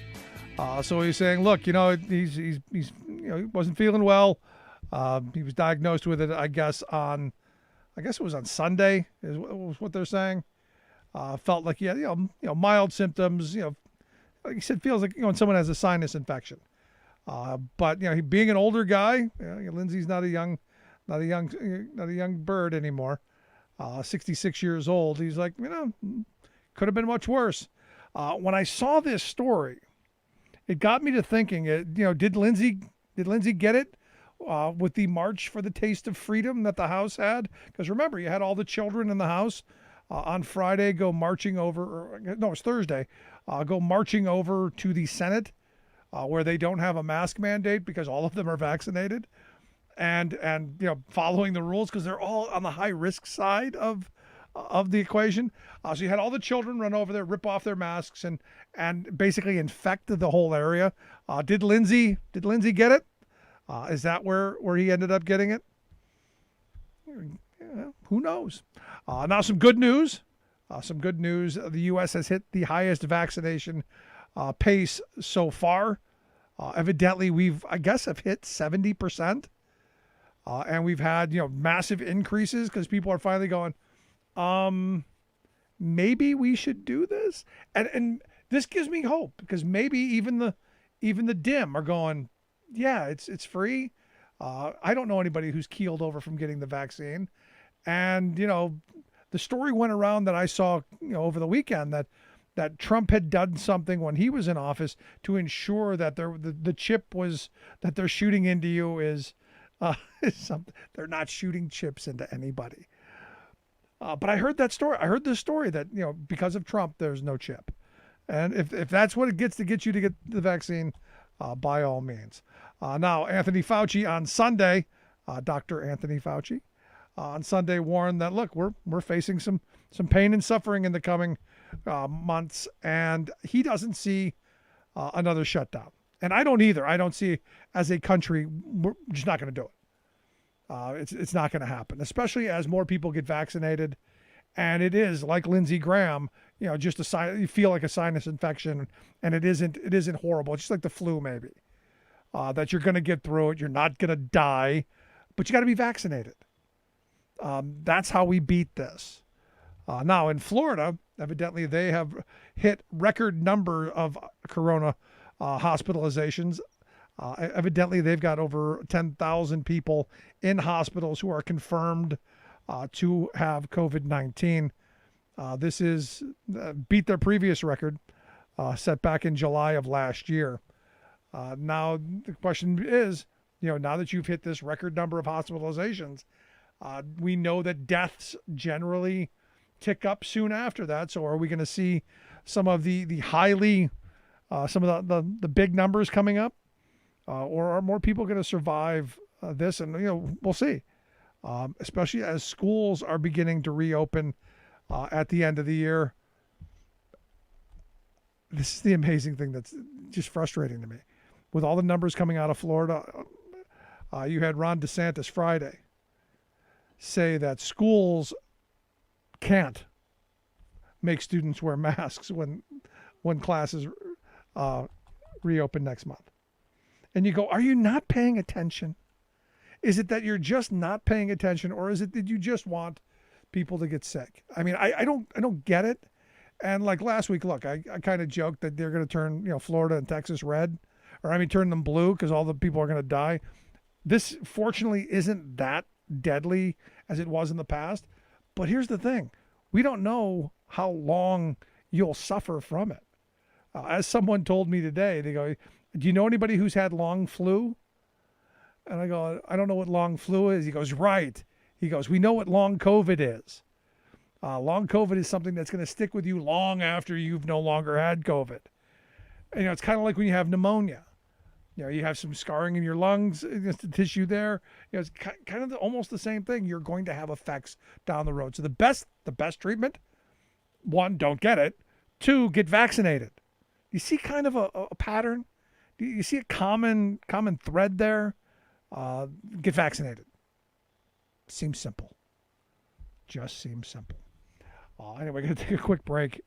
I'd love to hear your thoughts. You can email me, rick@thericksmithshow.com. Quick break, right back after this.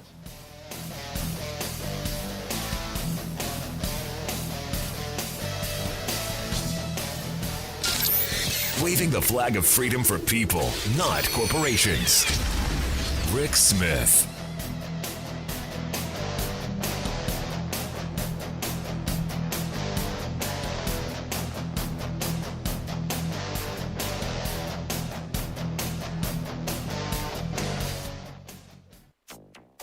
Biden welcomes the agreement as one that would show the United States can do big things. $1 trillion bipartisan infrastructure bill inches forward in divided Senate. Dead fish everywhere. Florida Gulf Coast hit with massive red tide. Plus, we must do better. Oregon moves ahead with historic clean energy legislation. All of that history in the making and more straight ahead. From BradBlog.com, I'm Brad Friedman. And I'm Desi Doyen. Stand by for 6 minutes of independent green news, politics, analysis, and snarky comment. The Department of Energy has a sensor array computer analysis capability that can detect in real time the lightning strikes that might set off a blaze.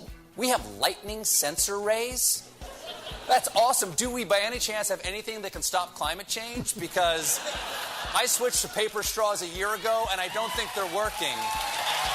This is your Green News Report. Okay, Desi Doyen, big news I know for you when it comes to infrastructure, which you've been talking about for many, many years. Maybe it'll now actually happen. Maybe. Maybe. A bipartisan infrastructure deal passed a key procedural hurdle to begin debate in the U.S. Senate. The nearly $1 trillion plan includes $550 billion in new spending over 10 years to improve the nation's aging infrastructure, including significant spending to repair water systems, modernize the electric grid, and build out the first ever national electric vehicle charging network. If the bill ultimately passes, and that is a very big if, it would be one of the most significant long-term investments in nearly a century. On the Senate floor on Wednesday, Senate Majority Leader Chuck Schumer vowed to pass both this bill and President Biden's much broader $3.5 trillion budget reconciliation package. Yeah, the one with all the climate change stuff in it. I have laid out a two-track strategy on infrastructure, a bipartisan bill focused on traditional brick-and-mortar infrastructure projects, and a budget reconciliation bill where Democrats plan to make historic investments in American jobs, American families, and efforts to fight climate change. Politico reports that former President Donald Trump is trying to sabotage the bipartisan deal because Republicans never gave him an infrastructure package. Because he never actually tried. Meanwhile, 17 states are under some kind of heat watch or warning, with 30 million Americans likely to see triple-digit temperatures due to the fifth heat dome in just 6 weeks to stall over the country. Some towns in Montana and Wyoming have seen more days above 100 degrees Fahrenheit so far this year than Dallas, Texas.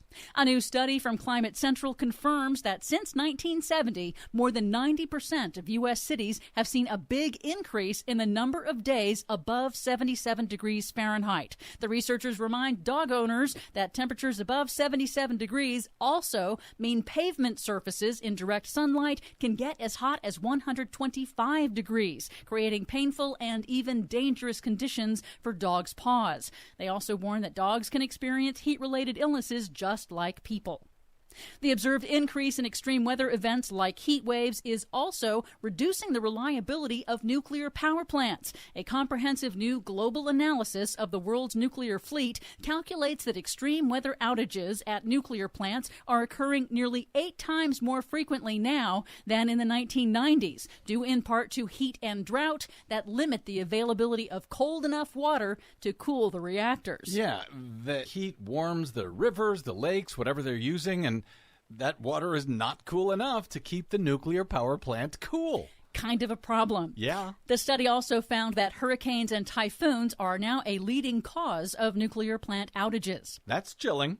Florida is grappling with a massive toxic algae bloom that has littered Tampa Bay and about 100 miles of the state's Gulf Coast with dead fish and other marine animals. Red tides naturally occur off the coast of Florida, but scientists say they're now getting bigger, more frequent, and much worse because of pollution and warming ocean temperatures due to man-made climate change. And don't they normally come later in the year than this one is coming now? Yes, they do. Finally, some good news. Oregon's Democratic Governor Kate Brown signed into law one of the nation's most ambitious renewable energy plans. Among a number of strong provisions, it tightens the timetable for the state's 2 major power companies to reach emissions-free electricity and bans the construction and expansion of fossil fuel power plants. It also allocates $50 million in grants for community-based clean energy projects. Governor Kate Brown emphasized environmental justice in a signing ceremony on Tuesday. The impacts of climate change are not felt equally. In every crisis and every natural disaster, those who already face disparities due to discrimination and racism are hit the hardest. We must do better. Good. Glad to see action happening at the state level while D.C. dithers. For much more on all of these stories and the ones we couldn't get to today, check out our website at greennews.bradblog.com. I'm Brad Friedman. And I'm Desi Doyen. And this has been your Green News Report.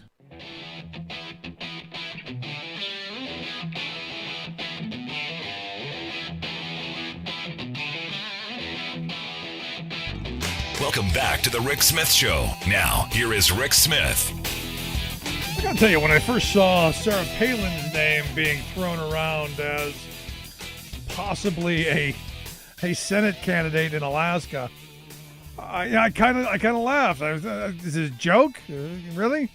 But you know, and look, I find it's amazing that anyone is considering her at all. But to be honest, many are pining for the days when she was the extreme of the GOP.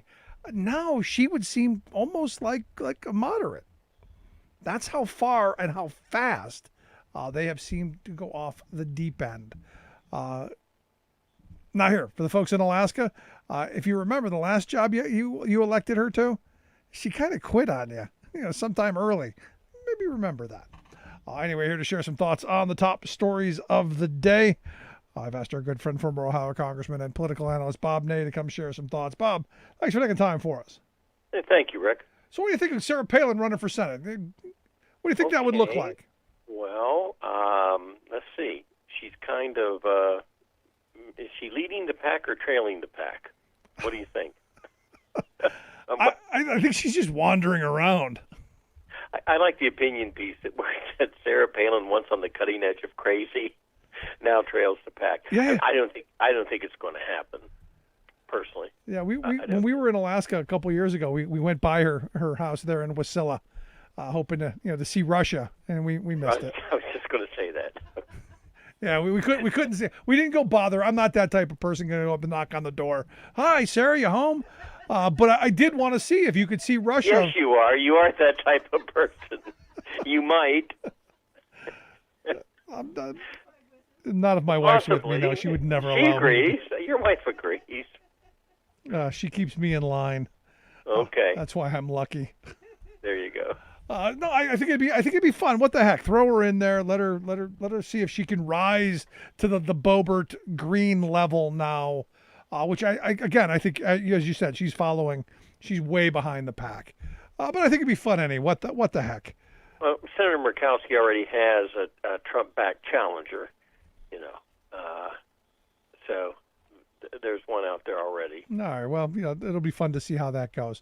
Right. Wanted to get your thoughts. The big story obviously today was the Obama birthday party. We're going to have this giant super spreader event. Everybody upset that he's having this big shindig. I actually don't care because I would assume everybody going has been vaccinated. I assume they're going to have some social distancing going on. I don't really care about the party, and to be honest, I don't really care about the people going to the party. But I'm curious your thoughts. I mean, I don't think it's the end of the world thing. Here's, I think, the saving grace of it. They're going to have it outside. Again, I think they're going to be pretty careful about, who has been vaccinated and who's, coming to the party. And there were political, during the whole COVID thing, there were rallies, there were campaign events. Trump had them, other people had them. So I think now, just because of the Delta variant, probably makes this a story. Otherwise, I don't think it, would have been a story at all. Right. And now, with Lindsey Graham coming out and saying, look, he got COVID, he had the vaccine. It was just for him, it was just like a sinus infection. He's fine. Mm-hmm. Well, there's the other thing too. How many people that have had the vaccination have now gotten COVID? And when I ask that as a question where they need to be careful about this because they're almost making it the standard that, everybody that got vaccinated has gotten COVID. It's still better to get vaccinated. And most people who have been vaccinated don't have COVID. Right. And that's the thing. And my first response to Obama's party was, I don't really care. Doesn't matter to me at all. He's a rich guy living in Martha's Vineyard in a $12 million house that I can never afford. I can't even afford to clean it, let alone own it. And he's going to be around a bunch of other rich people, and they've all been vaccinated. I don't care about them. What I do care about, though, is the messaging that comes out of the politicos, going to this event while Congress left and did nothing on the foreclosure or the eviction moratorium.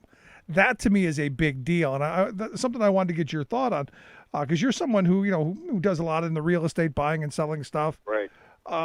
This is a kind of a big deal in my view. I think it's a real big deal because there is something I think about going to be going on that I think is horrifically dangerous to the average person and especially to people of low income. There are corporations right now as we speak who are thinking about buying single-family homes because they believe that people working out of their homes is now going to be a permanent situation. So the corporations are looking at putting their money together to buy these single-family homes to rent them. And, with the moratorium and people out of the properties, and all of a sudden the corporations will go in. And by the way, there's a story on this today, I think, in the Washington Post. So it's not just something I'm conjuring up out of my mind. No, this is something we had talked about. I had talked about a month ago. Okay, this is not new. There are a bunch of these big hedge funds who are sucking up these single family homes. So I think it's extremely dangerous, and this is all coming at once. And so it could put a terrible shockwave into the system. And leave people out on, literally out on the streets. What are they going to do? It will impact the economy, for those people, and other people aren't going to be, quote, getting a break because all of a sudden they have a place to rent. The rents are going to jack up as soon as they're out. Yep. That's what's going to happen. And with these articles about the corporations buying these properties it's a really bad thing. I think this is something that shocked me. I mean, it was the blame game in the articles today. Everybody blaming everybody else on it. But it surprised me that this is happening. It also surprised me that the CDC makes the decision. The Center for Disease Control, why do they make the decision on this? I just asked that question earlier. I don't get it. I don't get it. I don't know how they have the authority to do that. Isn't that Congress's job? Well, it sure is. They were given the ability to do it, and I guess from what I read in the article, I'm seeing that they then didn't make a decision a second or third time, and then it falls into the lap of Congress. Now, what genius came up with this whole mechanism to do this is obviously somebody that doesn't understand housing, families, and living. I think it's a terrible way they put this together. No, it's crazy. And, because we had talked about these hedge funds, buying up these homes. Right. And then basically, the take that I had on it, and you can agree or disagree, is that this is the reemergence of the company town. You're going to have company housing again. Right. We're moving into a way of, healthcare getting harder to get and more of the company healthcare. It's just another way that corporate America has really got you by the short hairs. And it's one of the reasons, quite frankly, that, when my daughter, decided she wanted to move out on her own, that my wife and I bought a house for her to rent from us. So that she would have secure housing at an affordable rate, because the rents are today just going through the roof. And, our concern was, is she going to be able to afford a rent, going forward, especially now, as you point out, that you got these big hedge funds buying stuff up. Well, Ian, here's the bottom line. If corporations, for example, were getting together and they were building new homes and making money out of, the development projects, et cetera, and then selling them, that would probably, Rick, bring prices and rents down. Correct. To a certain amount. The new Levittown.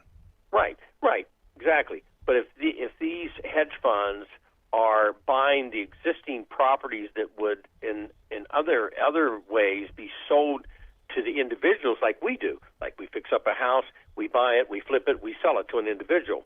But if we're flipping these houses and the corporations are buying them, that will not bring the prices down. Throw in the moratorium ending on the evictions, and then all of a sudden the landlords are like, okay, I'll just sell that property to the corporate entity. Then there goes the property for the renter. It's gone that was evicted. Where else are they going to move into? And all of a sudden these become corporate purchases, and they'll be corporately controlled. Yep. I mean, and you see these infomercials like 3. Anytime you want to see the horrible stuff that's going to happen, stay up till about 3 a.m. and watch the infomercials that pop up, or the commercials that pop up of so and so buys houses. We'll buy your house, cash. Those are all, from what I understand, those are all front groups for these big hedge funds, where they'll come in, they'll buy your house up, cash, and there are a bunch of schemes that go along with this, where you think, hey, I'm getting a deal, where ultimately they're just taking over. Right, and today the home ownership is just about, I think, over 65%, and then after the Great Recession, as we call it. Hedge funds and those private equity firms started buying up single-family homes and using them as rentals. That was a history back when we had the recession. Right. This isn't the first time it's happened. So I think it's a very dangerous trend. No, and then, you're right. Again, you throw in the moratoriums, now they've got a whole market they're going to run in and buy. And that's where I was going. They learned the lesson from the last time, which is don't let the stuff go empty. Go buy it up and keep renting it back to poor people. I see that happening now because, as I had talked with, one of our local state senators here, I said, look, at the end of the day, we're talking about, helping the renters stay in the place. But what's stopping the banks from foreclosing on the landlords who might not be able to pay because they haven't gotten rent in months? And there's, from what I understand, nothing to help protect them. So you get these scenarios where now you have desperate landlords going, "Hey, I got to get out from under this," and they're prime for these hedge funds. Not that I care about slumlords all that much, but the system doesn't function if you do away with all of them. Well, I saw firsthand a property in Columbus, Ohio, and it was selling for about $179,000. And it was bought by an investor group. And I thought to myself at the time, this was a year ago, I thought, who buys $179,000 finished house as an investor group? Who does that? Normally, if you tell me they're building a house, that's one thing. If you tell me that they're buying a dilapidated house and fixing it, that's another. But who buys that?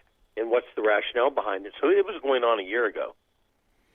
Yeah, none of this stuff is new. It's the smart people figuring out how they're going to stick it to the rest of us. And look, we have laws that allow them to do it because evidently we decided it was important to go on vacation for 6 weeks while not figuring out how to make sure people are taken care of. Do you think this is a big mistake? Because I think going on vacation, taking this 6 week break, I think this was a huge mistake. I think the messaging coming out of the Obama party is not good. But you're the political analyst. Thoughts? I mean, I think the party. I think it was a bad time to have a high-profile party. Okay, I don't think it's the end of the world, but I think it was a bad time to have a high-profile party right in the middle of all of this, going on. They're on high-rent property, and all of a sudden we're talking about people, being evicted. So you could look at that. Now, is anybody going to lose an election over it? No, obviously it won't be tagged to other people. But I think that with the infrastructure bill, with the moratorium issue, and some other issues with the COVID increasing with the Delta variant, it would have been a good time for them to, I think, do a few more things, obviously, in D.C. instead of heading out. Yeah, just terrible stuff. I saw this story coming out of Germany. Evidently, 100-year-old, I don't know if you saw this, 100-year-old alleged former Nazi guard is being tried as being complicit in the murder of 3,518 people. He's 100 years old. Wow. I'm going, kind of late to go after him, but I guess still alive. Thoughts? Oh, the theory has always been, and the Israelis have been the best at it, that you go after every single person that was out there if they had some kind of complicity in murders. And so I think no matter what the age, they'll go after it to show that, they don't want it happening again, and they won't tolerate anybody around that was part of it. Yeah, evidently the court there has deemed him mentally fit to stand trial. He can appear in court 2.5 hours a day, and they're going to actually move forward, which made me start to think about. I don't actually remember the resolution because I was in Cleveland at the time that the Demjanjuk thing was going on. I don't actually remember the resolution of any of that. Well, Jim Traficant, the late congressman, had fought that. I think for years, and Demjanjuk was a steel worker, I think. No, he was an auto worker. An auto worker. And Congressman Traficant fought that, and then eventually, I believe that he was deported and was taken to trial. Yeah, I don't remember because we moved to Pennsylvania right around that time, and I kind of lost track of it. Right. But I guess this could be the last one, and then maybe. Well, you're one of the last ones. But the feeling always has been, and Israel has always felt very strong that, no matter what, no matter their age or whatever, if they were complicit in it. And in this case, I think it was like, I don't know, almost 3,000 murders they're saying he was involved with. So they will go after him. Not much time probably left on the clock for him. Yeah. Well, I hope for his sake he was one of them, and I hope they if he was they put him, they hold him to justice. Bring justice. But Bob, I appreciate the time as always. Good stuff. Well, thank you, Rick. Our good friend Bob Ney. I'd love to hear your thoughts. You can email me, rick@thericksmithshow.com. I'm going to take a quick break right here. Right back to wrap things up. Stick around.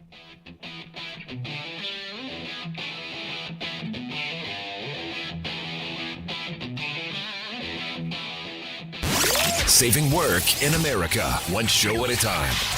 The Rick Smith Show.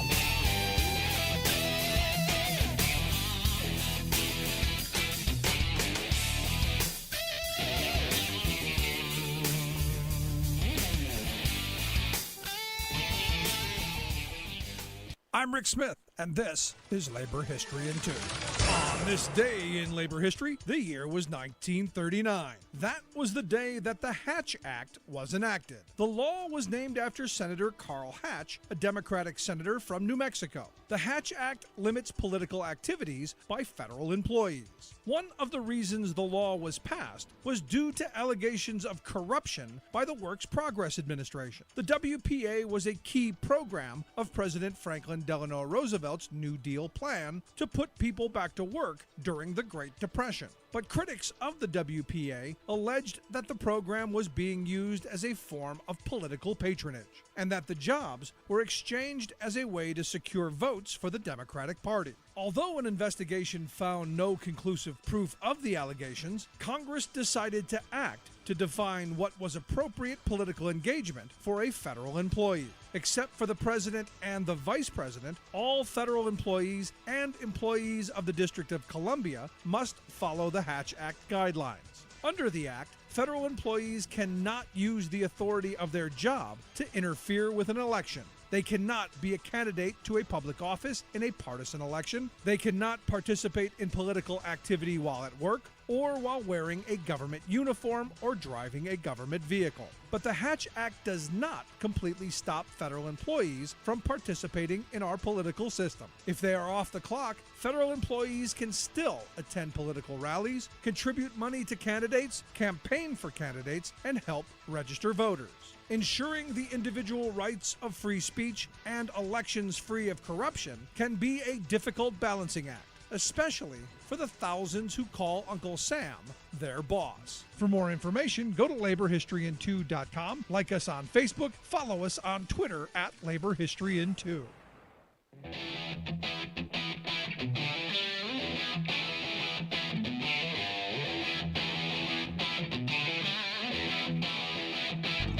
Welcome back to the Rick Smith Show. Now, here is Rick Smith. Interesting story coming out of Mexico. Evidently, the Mexican president, Lopez Obrador, he is looking to basically ban, phase out imports of glyphosate and genetically modified corn. And some are saying, look, the fact that, they're looking to do that since, all of the U.S. corn is with this glyphosate, which is basically that Roundup stuff, that Monsanto, now Bayer, the German chemical company Bayer now owns. Mexico saying, look, we're gonna phase this stuff out by 2024. Why this is important is I think the way the story goes is we export 25% of our exports in corn to Mexico. So this is a huge thing.